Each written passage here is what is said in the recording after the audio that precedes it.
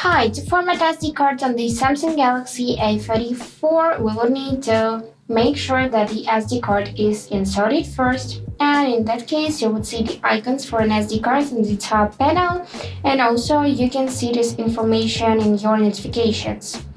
Now we'll need to open Settings, and then scroll a bit to go in the Device Care tab, select the storage, and here we can check our internal storage. And if we swipe left, we'll see our SD card storage.